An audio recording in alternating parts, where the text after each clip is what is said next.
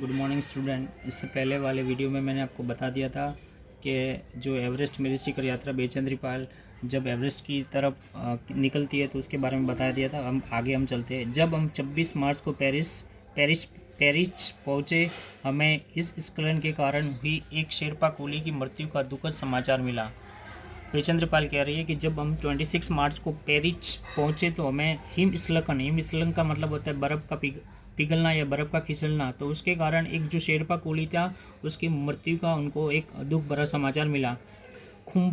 खुम्बू हिमपात पर जाने वाले अभियान दल के रास्ते के बाईं तरफ सीधी पहाड़ी के धसकने से लहौसे की ओर एक बहुत बड़ी बर्फ़ की चट्टान नीचे खिसक आई थी। लेखिका कह रही है कि जब जो हमारा जो अभियान था उस पर हम वो खुम्बू हिमपात पर जाने वाले जो अभियान दल था उसके रास्ते के बाही तरफ जो सीधी पहाड़ी वो खिसक गई थी और लहौसे की और एक बहुत बड़ी बर्फ़ की चट्टान है वो नीचे खिसक आई थी।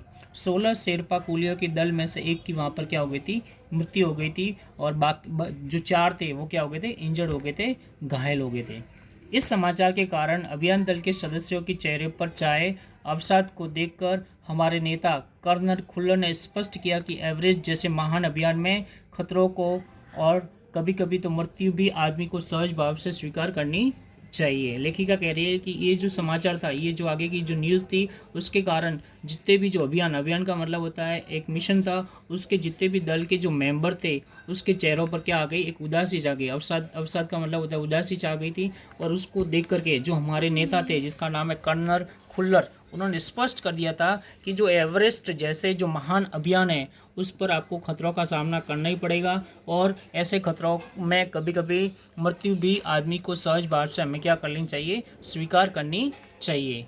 उपनेता प्रेमचंद्र जो अग्रिम दल का नेतृत्व कर रहे थे और उपनेता थे जिसका नाम है प्रेमचंद्र, जो अग्रिम जो आगे का दल था उसका क्या कर रहे थे, नेतृत्व का मतलब होता है लीडरशिप कर रहे थे। 26 मार्च को पेरिस लौट आए थे और 26 मार्च को पेरिस से लौट आए थे। उन्होंने अपनी पहली बड़ी बाधा खुम्बू हिमपात की स्थिति से हमें अवगत कराया। हिमपात का मतलब होता है बर्फ़ का गिरना। सबसे पहले उन्होंने हमारी जो पहली बाधा थी, जो पहली प्रॉब्लम थी वो ये थी जो कि खुम्बू हिमपात था, जो बर्फ़ गिर रहा था उसके बारे में उन्होंने हमको अवगत कराया, कि उनको नॉलेज दिया, उन्होंने ज्ञान दिया। उन्होंने कहा कि उनके दल ने कैंप एक 6000 मीटर जो हिमपात के ठीक ऊपर है वहां तक का रास्ता साफ कर दिया है। उन्होंने यह भी बताया कि पुल बनाकर रस्सियां बांधकर तथा झाड़ियों से रास्ता चिन्हित कर सभी बड़ी कठिनाइयों का जायजा का मतलब होता है परीक्षण ले लिया गया है। उन्होंने इस पर भी ध्यान दिलाया कि ग्लेशियर बर्फ़ की नदी है। उन्होंने इस बात पर भी हमारा ध्यान दिलाया कि जो ग्लेशियर है, ग्लेशियर का मतलब होता है बर्फ़ की जो नदी होती है और बर्फ़ का गिरना अभी भी जारी है, मतलब बर्फ़ की जो नदी है और जो बर्फ़ का गिरना है वो अभी भी रेगुलर हो रहा है।